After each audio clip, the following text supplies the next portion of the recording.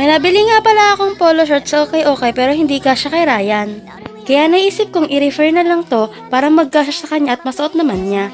Kaya namili ako ng isa pang polo short niya para gawing pattern. Karton sana magandang pang pattern pero dahil gusto ko ng madali ang repair ipinantay ko na lang sa isang polo short niya. O diba ang tamad.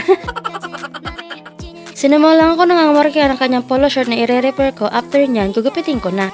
Halos konti lang naman ang mababawas sa polo shirt, pero pag sinuot ni Ryan niya, pag hindi nabawasan, abay nagmumukha na siyang hanger.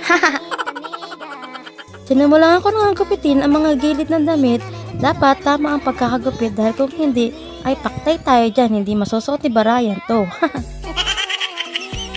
Mali nga pala yung unang sinabi ko na hindi kasya sa kanya. Kasya naman pero maluwag naman sa kanya.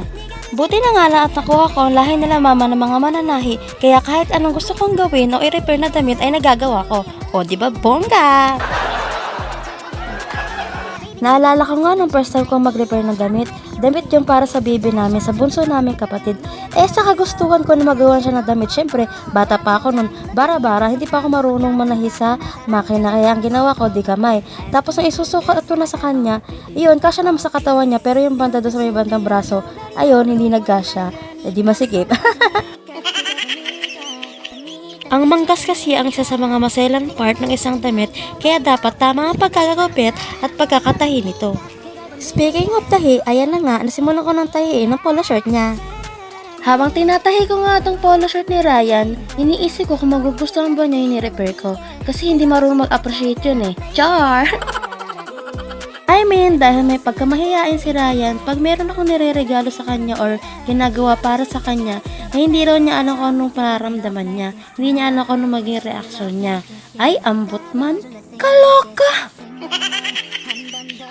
Actually, sa workplace namin ginawa ko yung polo shirt. Tapos naman na ako sa trabaho kaya sinaglit ko muna bago ako umuwi. Kaya boss Neng, peace po tayo. Ayan na nga, matatapos ko na. Excited na ako sa magiging reaction ni Ryan. Eee! Tcharan! Tapos na! Pasukat na natin sa kanya. Dali! Opak! Ang sexy bongga! Habang sinusuot pa nga niya yung damit na yan, nagreklamo pa. Ang sikip daw sa kilikili niya. Akala mo naman ang taba no? Medyo naliitan ko nga lang sa bandang bewang, pero okay na, hindi naman ganun masyadong hapit sa kanya. Kaya ayan, pinangsimba na niya yung ginawa ko para sa kanya. Dito na lang. Thanks for watching!